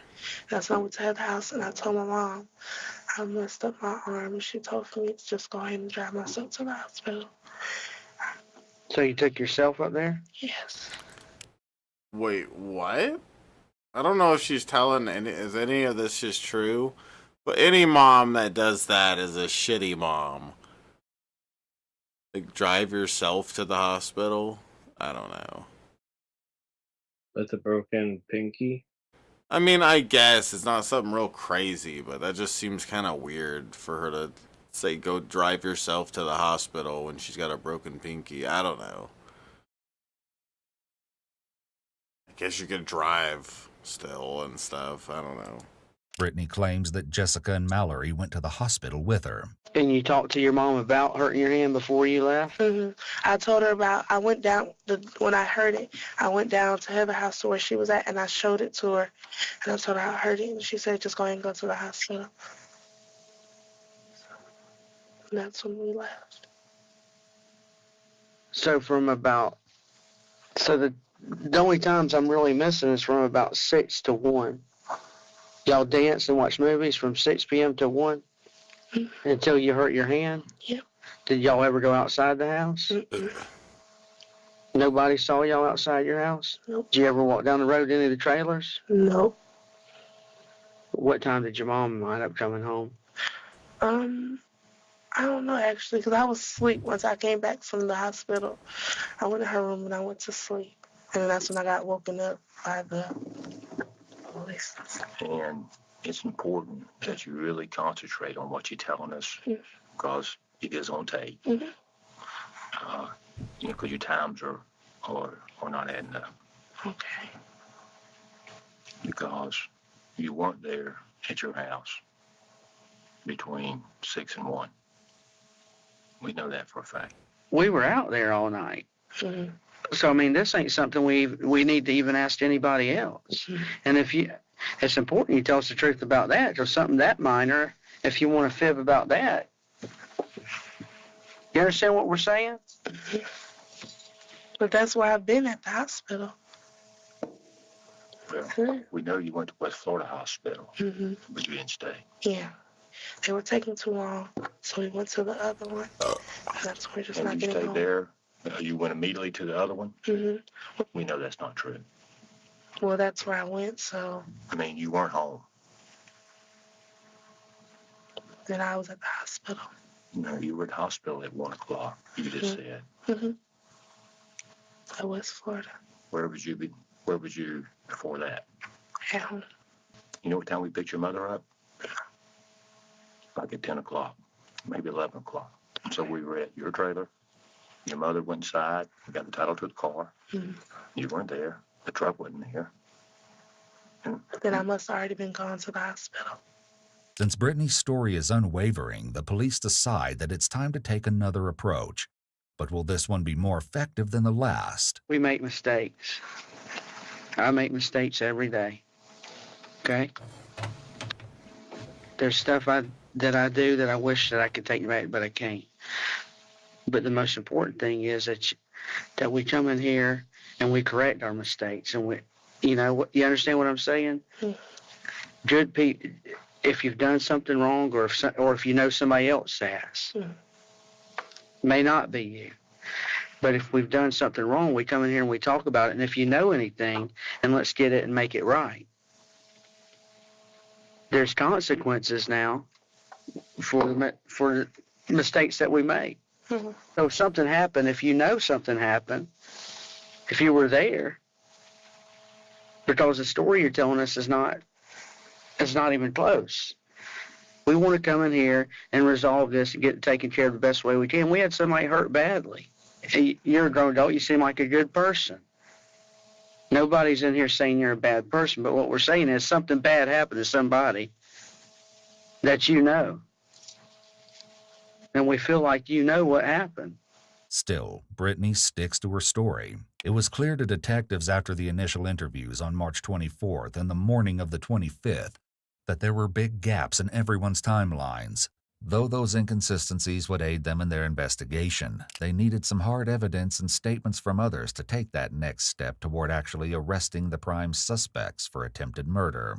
Thankfully for investigators, there was plenty of evidence at the crime scene. Just off of Ashland Avenue, only 2 miles from the trailer park, was a gas easement set back in the woods. It was there where the most gruesome part of the crime against Audreanna took place. Upon entering the easement, detectives came across tire tracks. When Tina's maroon SUV was taken in, it was found that the tires were a match for the tracks left at the scene of the crime. And that wasn't the only evidence the car provided. Spots of blood were found on the dashboard of the car, smeared across the passenger seat headrest, and speckled throughout the back seat. At the easement where the car pulled off, signs of a struggle were evident. A crowbar sat in the grass with what appeared to be blood spatter peppered over the cold iron surface.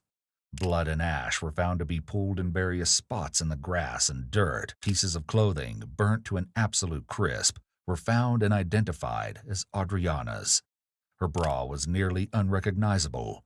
White napkins marred by blood were also left at the scene, as well as a pair of white shoes. There was something else alongside the weapons and blood that may sound a bit familiar. Strands of a hair weave were strewn across the scene, and they didn't belong to Audreanna. Oh, motherfucker! That's crazy. A hair weave. You hear this, Timmy? Yeah, that's a hair weave. Yeah, one of the bitches weaves. That's what ends up giving him up in the end. One of the bitches weaves fell off. My daughter was doing it today. Is that That's weave? Great. It's weave. Weave. Weave. Yeah. Oh, it looks real.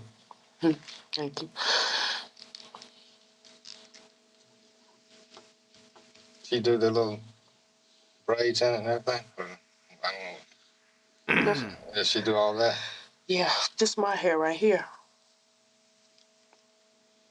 Oh, that's your, okay. Yeah, she was just braiding these in, but it hurt. We've been doing it for about 3 or 4 days now, and it hurt. My weaves, Skabibi. I feel like if there's something that you do with your hair and it hurts, like, I feel like you probably shouldn't do that. I don't know. Whoa, really? I don't know. Well, like, I've heard of people getting their hair done and stuff, like, I don't know. I want to say getting cornrows or something like that, and then being so tight or whatever that it hurts and everything. And it's like, it seems like something, like, if you do something and it hurts like that, it's probably gonna be a bad thing down the line. It's probably gonna help you bald early and stuff like that, doing that kind of shit, I'd imagine. You're gonna get alopecia, okay? Yeah. Like, what's this way? Yeah. Keep my wife's name out your motherfucking mouth, Timmy. Jada? Could somebody grab me some toilet paper so I can blow my nose, please? Absolutely. Yeah. Thank you. The police returned to the interview room about Toilet 30 paper. minutes later. By now, it's around 2 in the morning, less than 12 hours after the 911 call was made, and they have a request that Tina may not even realize the importance of. Tina, do me a favor. Stand up, turn around. Oh, they're looking at her hair weave. Oh, yeah. Yeah. Okay. Look at this right here. Oh, that's weave in there. That's weave in there. Yeah, take that out. I told you that my daughter was... Yeah. I didn't realize she was weaving all that in the back. Yeah, so this is... I love this. Right here. Dude, this thing just got way more funny and interesting for me. I love how it's all of a sudden the weave. I love how it's 3 black chicks and it ends up being a weave. Wait, is there something wrong with the string? I don't know if there's anything I don't wrong. know.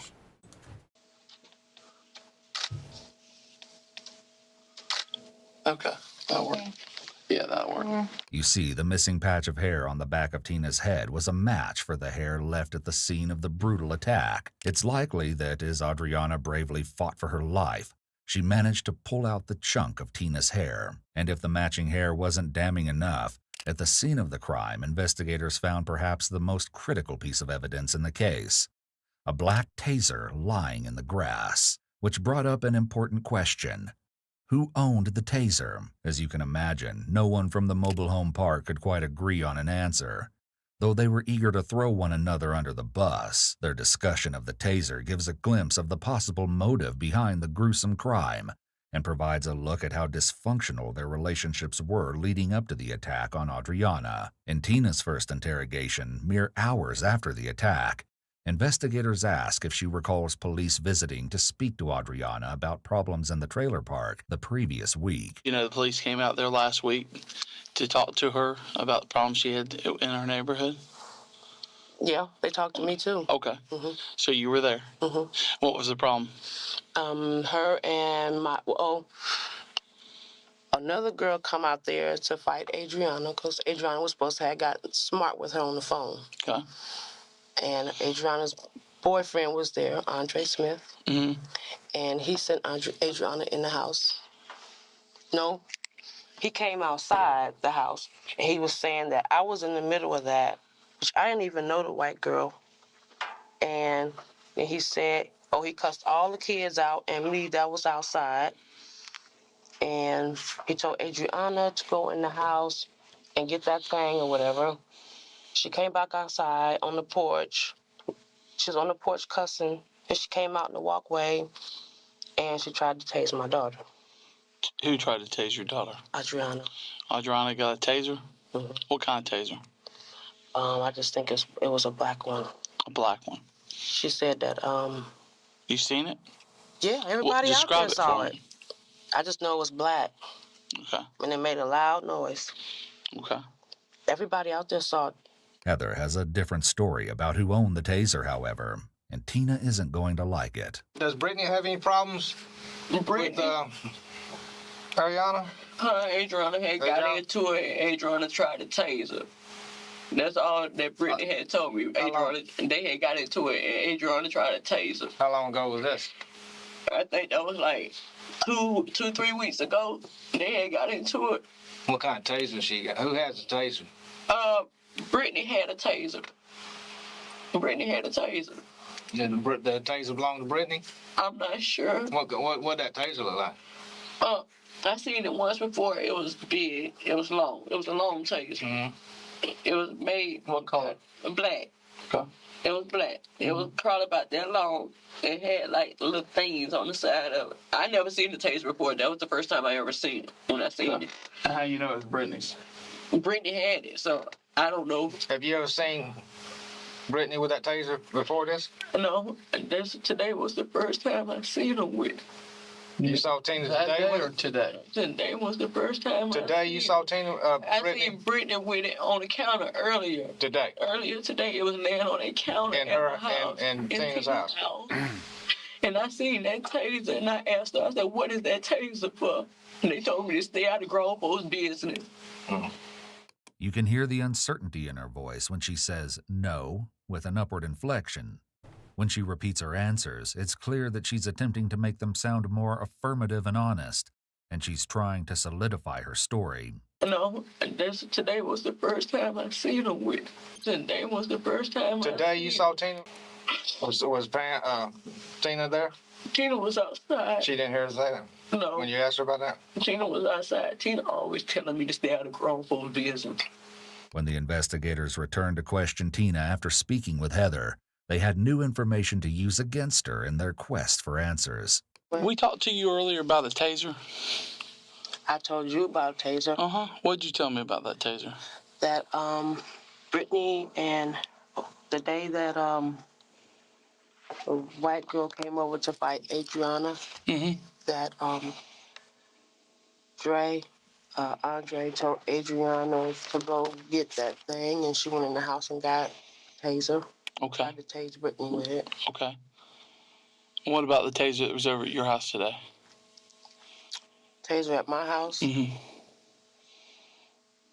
don't know about it. You don't know about a taser at your house? No, sir. I've been told about a taser at your house. I didn't know it was there. You don't know anything about it, huh? Tina is extremely uncomfortable with this topic of conversation. She repeats back the question, which has the same sort of effect as a pause. It gives her more time to contemplate her answer. She keeps her hands perfectly placed in her lap, which is extremely atypical in normal conversation, and indicates she is in a state of cognitive overload as a result of having to think very hard about what she should say.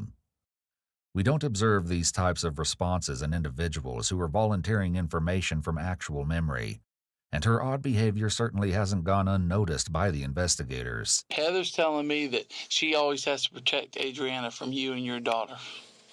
You and your daughter chasing around all over the place. Your daughter has a taser. She saw the taser over at your house today. My baby don't have a taser. We never had a taser. I don't know. That's what she's telling me. Why is she telling me that? I don't know. We never had a taser, sir. Okay. Audreanna had a taser. We never had a taser. My baby was tased. Y'all stories She are getting didn't further tase and further apart. Like I said, Audreanna tried to tase Brittany with the taser. Brittany has a scratch across her chest right here. That I was grabbing Brittany from off the porch so that they wouldn't fight. I told you we were best friends in that trailer park in the beginning. That's funny, because Heather says that her and Audreanna are best friends and that you and Audreanna don't get along and that you and Audreanna are constantly having problems and that you and your daughter have been chasing Audreanna around this trailer park, trying to hurt her, and that you have a taser in your house. And that taser was Brittany's taser, and that Brittany had chased when the police come out there. around.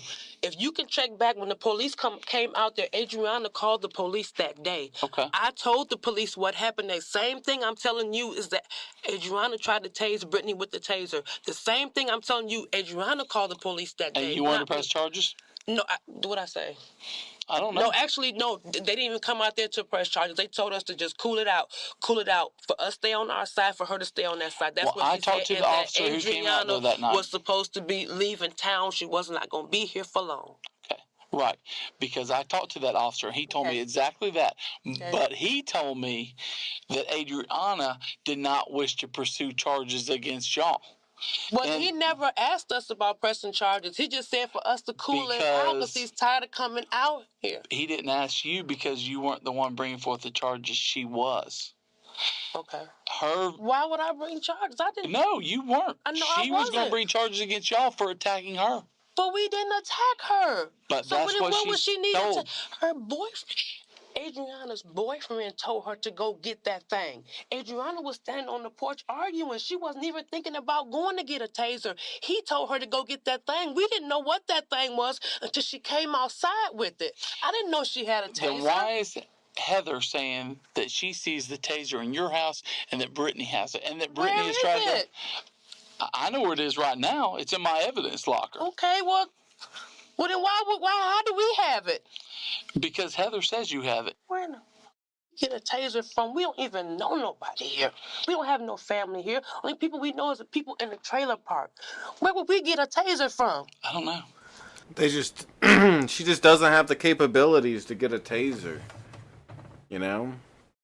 The rest of the world does, but she doesn't. She can't possibly get a taser, right, Skabibi? There's no way. Where would I be able to get a taser from? What? Hold on a second.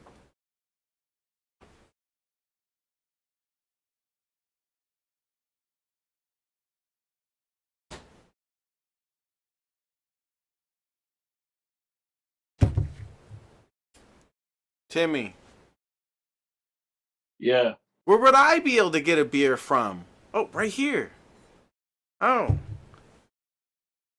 Shit. It was just at the store. All I had to do was go to the store and buy it. You can't get a taser at a store, though. Well, there's, of course, stores you can go to and buy tasers. No. Yes, just like there's stores you can go to buy guns. No. Oh, well, yeah, but that's not that's not even a real country.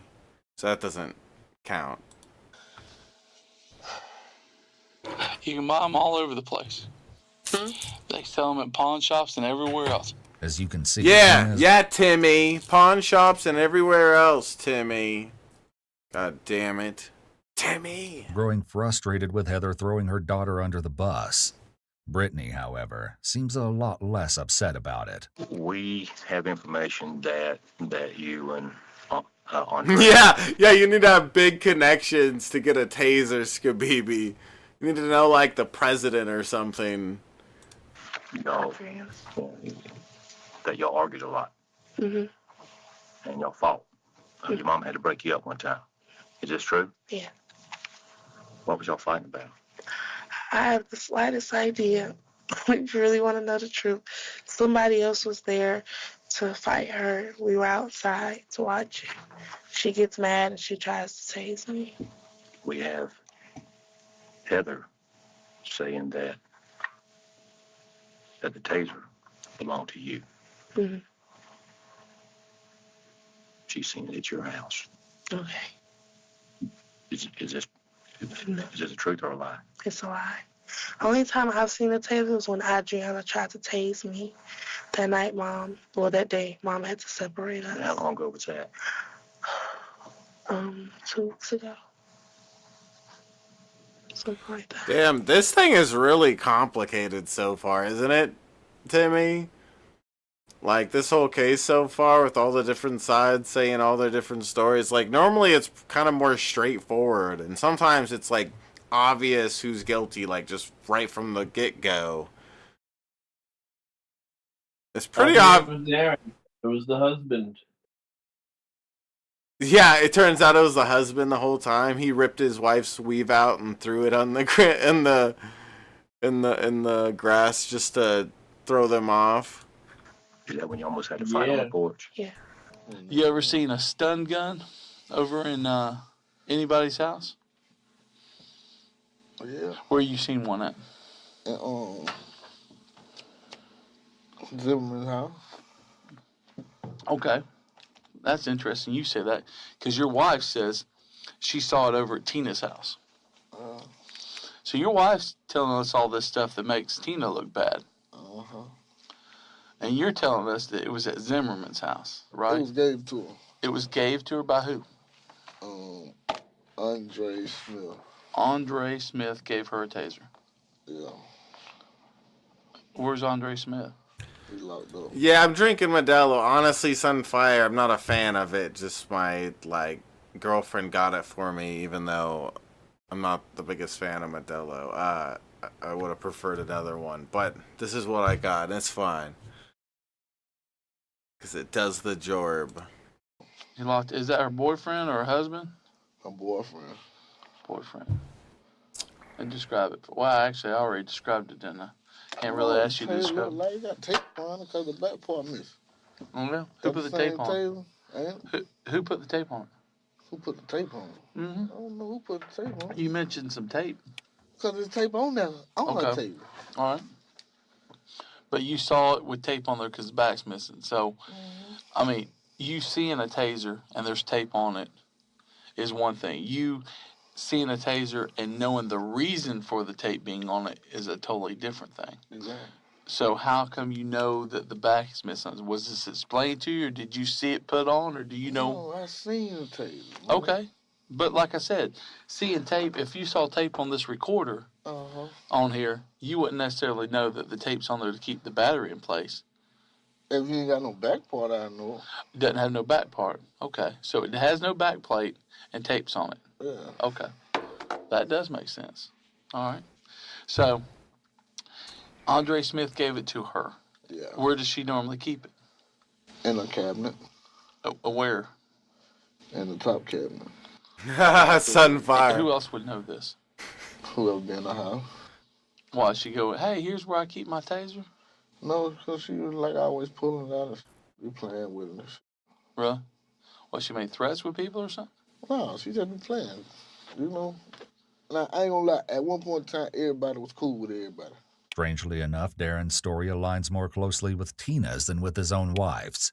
It's possible that Heather is trying to frame Tina, while Darren is telling the truth so he doesn't get himself into trouble. The taser incident between Audreanna and Brittany is just one domino falling in the long line of conflict that led to the attack of Audreanna, a compounding of incidents that will unravel, revealing an absurd motive. Following the first round of interrogations, everyone was released and sent home, unaware of just how much evidence was rapidly stacking up against them. And though they weren't talking freely to police, they sure were talking to people in their lives, people they probably shouldn't have been trusting. On April 7th, 2010, officers received a call from one of Tina's relatives in Illinois. They refused to identify themselves and stated that they had information to disclose about the case.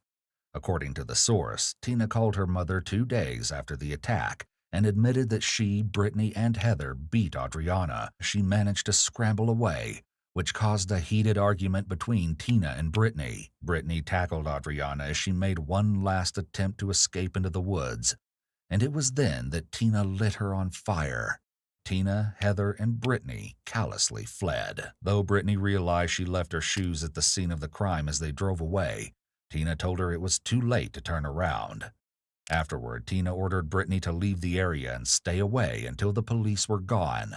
Brittany took that time to take care of some evidence, washing the car interior with hand sanitizer, burning the clothes they were wearing, and disposing of the lighter fluid. While telling her relatives the story, Tina didn't appear to have much remorse whatsoever for her actions. When her relatives urged her to turn herself in so the law would potentially go easy on Brittany, Tina told them that even if Audreanna died, they'd be fine because the cops had no real evidence against them. But on the late night of April 8th, only one day after that call was made to the police, Audreanna tragically passed away, her family by her side, having never woken from the coma she fell into. She died just 5 days before her 20th birthday and never had the opportunity to turn her life around. The attempted murder that police were almost certain Tina, Brittany, and Heather had committed had turned into a homicide. On the same day that Audreanna passed, even more evidence against the three women was brought to light.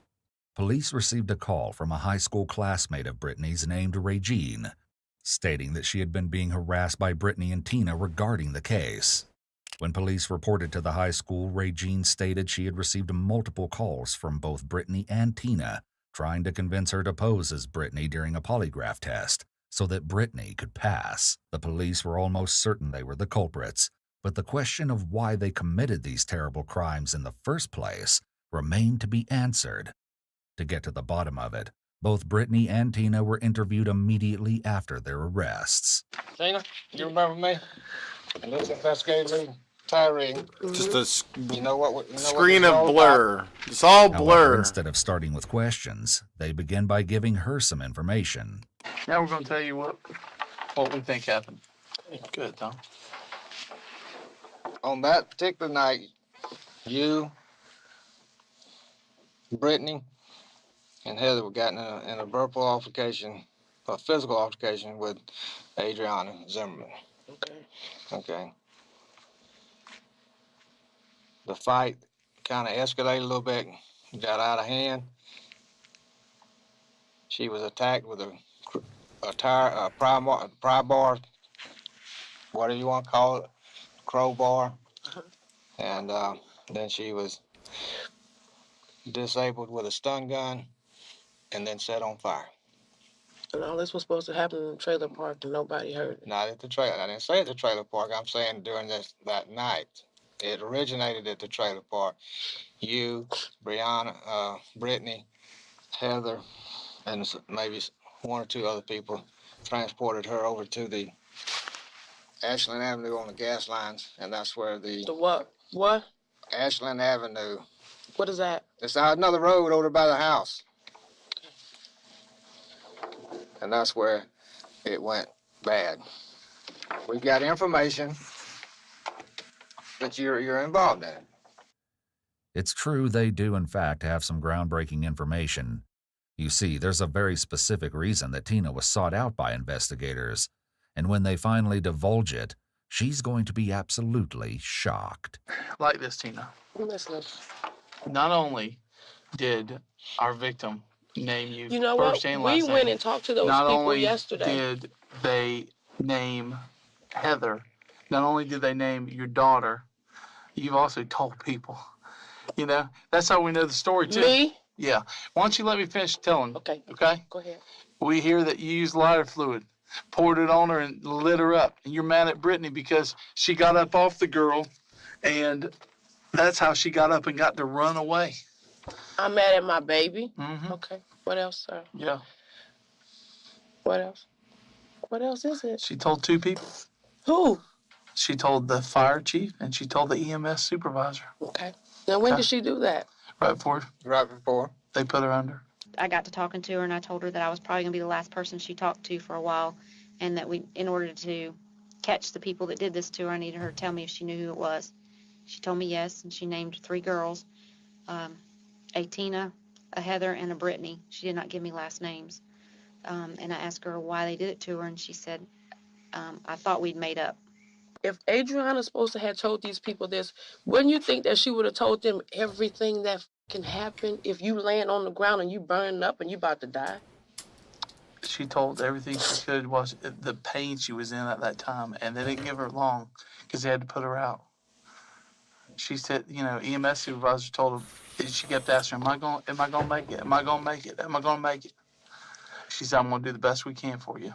The detectives have become privy to some other damning information that they share with Tina, and it's all about to come crashing down on her. You ain't going around here telling people you killed that girl. You're talking to your relatives and telling them that. And they calling us. But you're talking to somebody and telling them that, she go ahead and die, y'all be good to go. Well, that ain't the case, is it? Because she died. She died last night. Succumbs to her wounds. They told us that she was in a coma yesterday. She died last night. She died last night. Why do you think we come back out there like gangbusters today?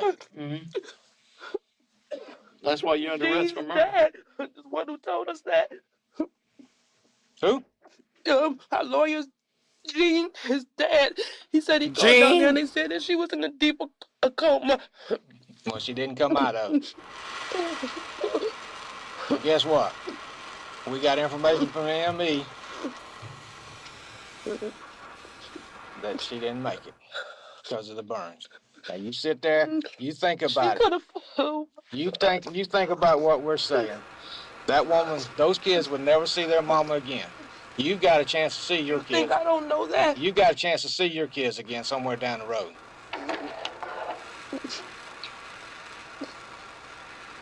Now, like I said, we're not gonna sit here with you as long as we did the other night.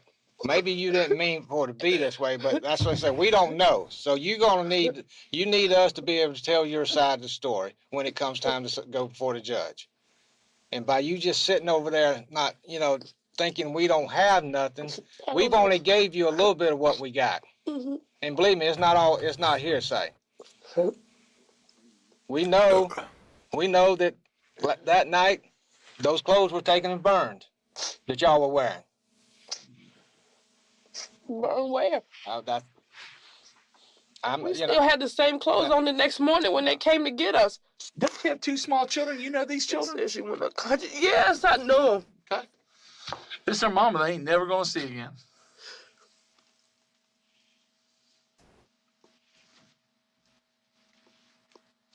And that oldest I think the oldest one was a boy, correct? He saw this.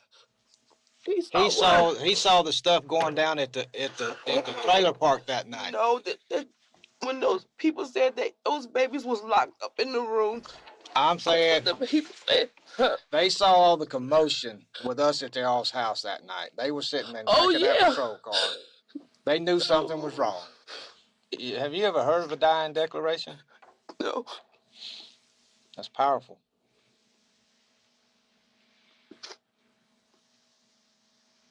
I'm gonna tell you now. When we walk out this door this afternoon, next time you see me, we'll be in a courtroom. Either way it go, I ain't going home. So, right. But Tina, I don't want to walk out this door. I want to talk, but I'm not saying that's what I want to tell you. I couldn't hear what you said. What'd you say? Usually when I'm talking to somebody about a murder that's happened, and I'm giving them that advice that I think they should talk to me, because I realize it's probably one of the last things you want to talk to a person about. And certainly you don't want to tell them. Why do you watch this stuff, Sunfire? Because I'm here, and I'm the greatest. The cops about it. But I think the thing that keep in mind and what I reiterate to these people is that, if there's circumstances, if there's a reasoning behind this that could be mitigating, I mean, if there's a reason why this happened that, shows why you did this, it had to be agonizing. And then to run a distance that she ran, because we know, I mean, the burnt clothes and her shoes and everything is right there in the woods. To run that distance to a house and beg for help and to wait there, still cooking, for the ambulance to get there. And then the last thing you're saying is, besides telling who your accusers are, am I going to see my kids? Am I going to live? Those are your last questions before you're knocked out and told, hey, you may or may not talk to somebody again. In one last-ditch effort to get a confession or some semblance of remorse from Tina, a detective presents her with a photo of Audreanna's charred body. Just let me tell you something. That's her body. Hey, let me look at. I want you to look at him so I know you understand what I'm saying. The medical staff and the medical examiner's office didn't even know if this girl was white or black female or white female, because she was so burnt so bad. They didn't have a copy of our report at the time.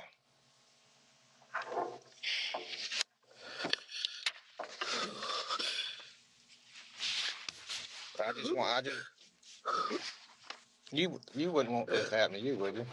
You wouldn't want to go out this way, would you? Huh?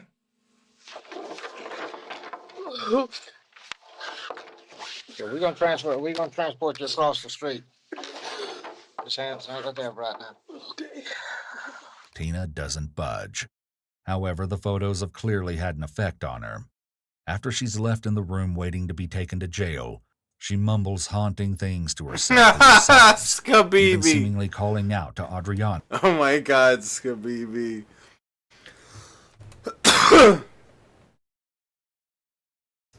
Can't believe you. The words she chooses to use are bone-chilling.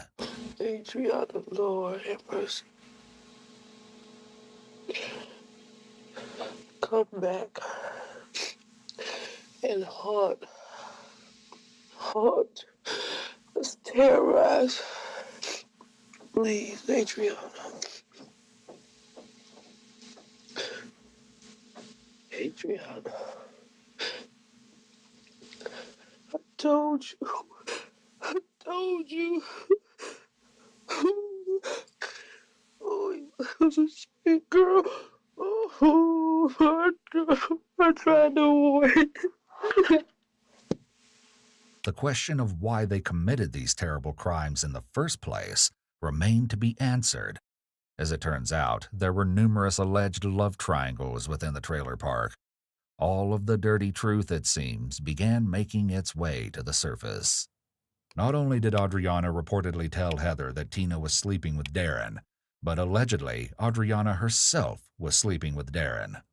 And Heather had confronted her about it. It's a messy web of cheating and lies, one that Darren is surprisingly transparent about. However, he leaves out something that came out during the trial. According to Tina, she only slept with Darren in exchange for substances. Tell me what was going on. There's been a discussion between us about an accusation flying around between you being accused of sleeping with your neighbor and friend of your wife. Is that correct? Yeah. What's her name? Tina Brown. Tina Brown, okay. So the accusation is that you've been sleeping with Tina Brown, and who has been making these accusations? Everybody. Everybody. Yeah. Has Audreanna Zimmerman been making those accusations? Yes, my wife told me that. She told her that today. Okay, so your wife told you that Audreanna had reported to her that you've been sleeping with Tina Brown. Is that correct? Yes, she did. Okay. If you recall, in Darren's video interrogation with police, he dilly-dallied on the phone while he was unashamedly talking and laughing with someone who wasn't his wife. I will call you right back, man. You done? Yeah. All right. Was that Heather? The tenderoni. Huh?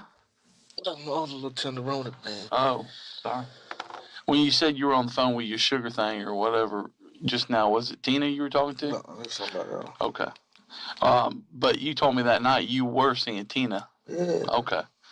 So is she not your sugar thing? Yeah, that's my old mama. Okay. That's the old mama. Okay.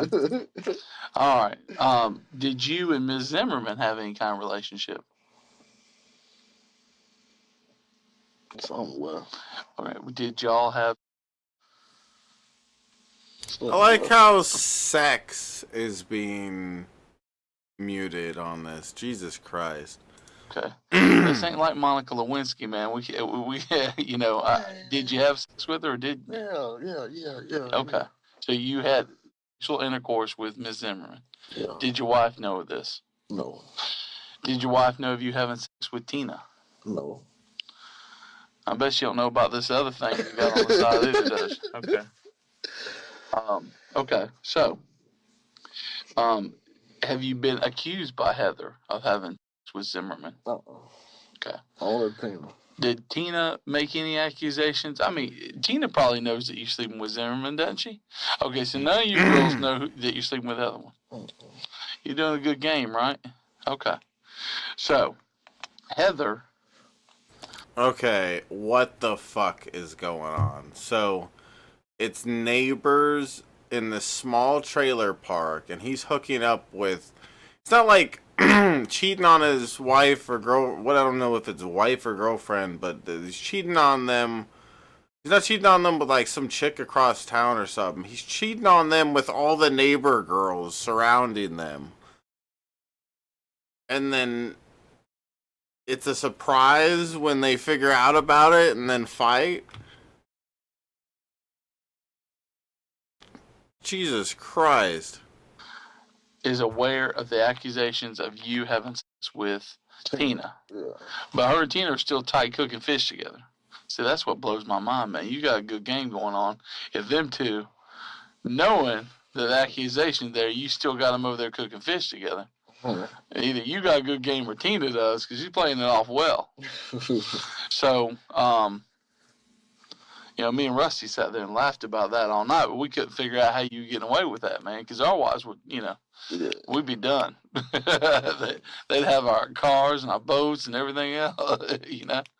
So you getting away with it. On May 10th, soon after Tina, Heather, and Brittany were arrested, the police received a letter from an incarcerated man who said he knew who killed Audreanna and what the true motive was for the heinous crime. He stated that several months prior to the murder, he bought an illegal substance from Darren at the Roadway Inn.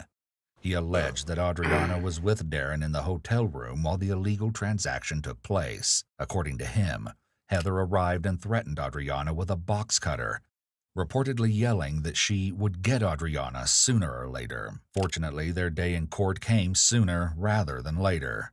During the trial, it was revealed that the murder was even more disturbing than police could have imagined. Audreanna had been lured to the trailer by Tina under the guise of rekindling their friendship. When she arrived, Tina used the stun gun on her and dragged her to the bedroom. There, Heather stuffed a sock in her mouth, and Brittany beat her. When they drove her to the woods, Brittany and Tina took turns tasing her until Tina poured gasoline on her and lit her on fire. According to Heather, as the fire started, Tina jumped up and down, exclaiming, "Burn, bitch, burn." Tina Brown received a death sentence for her crimes against her former friend, making her one of only 3 women on Florida's death row. Though Brittany was 16 at the time of the murder, she was sentenced to life in prison.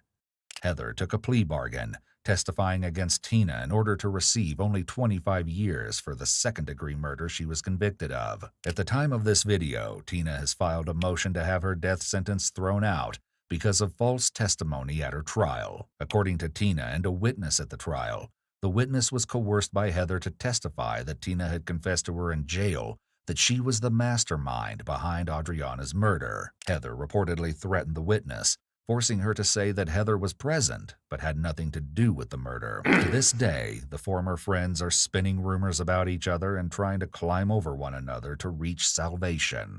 Only time will tell what the law will decide. But one thing is for certain, this God.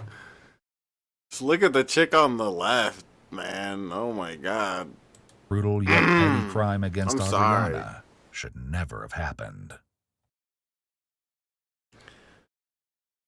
Yeah, that's fucked up. What did you think about that, Timmy?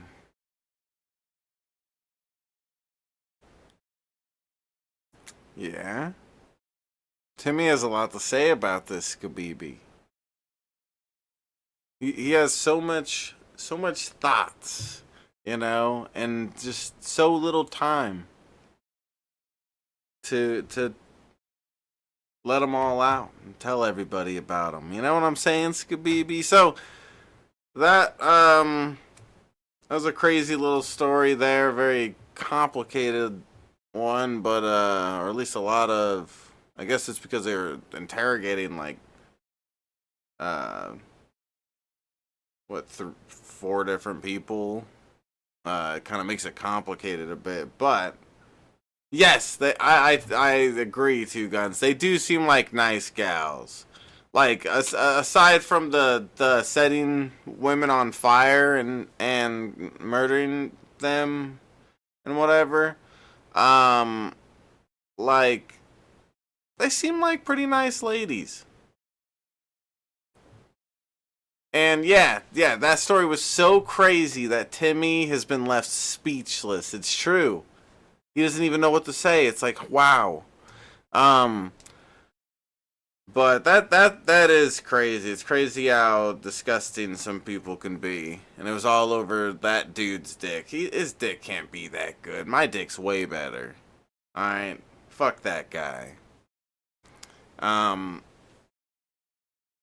yeah. It looks like this story wouldn't have happened if this guy wasn't so worried about getting around and cheating on people. How about you just like have an open relationship or something like that? If that's really what you're worried about. Alright. So please hit the like button if you haven't yet on the stream. Hope you guys enjoyed this cool guy episode. It was crazy. Feel real bad for that girl having to get set on fucking fire and stuff and all that. I could only imagine the kind of pain she went through. But alright, I guess I'm gonna end this stream, guys. And I'm probably gonna finish this thumbnail or something.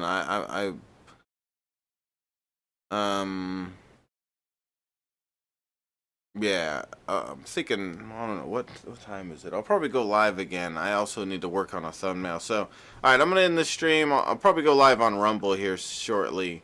So, peace out, guys. See you guys real soon. Yes, Skabibi, Rumble in like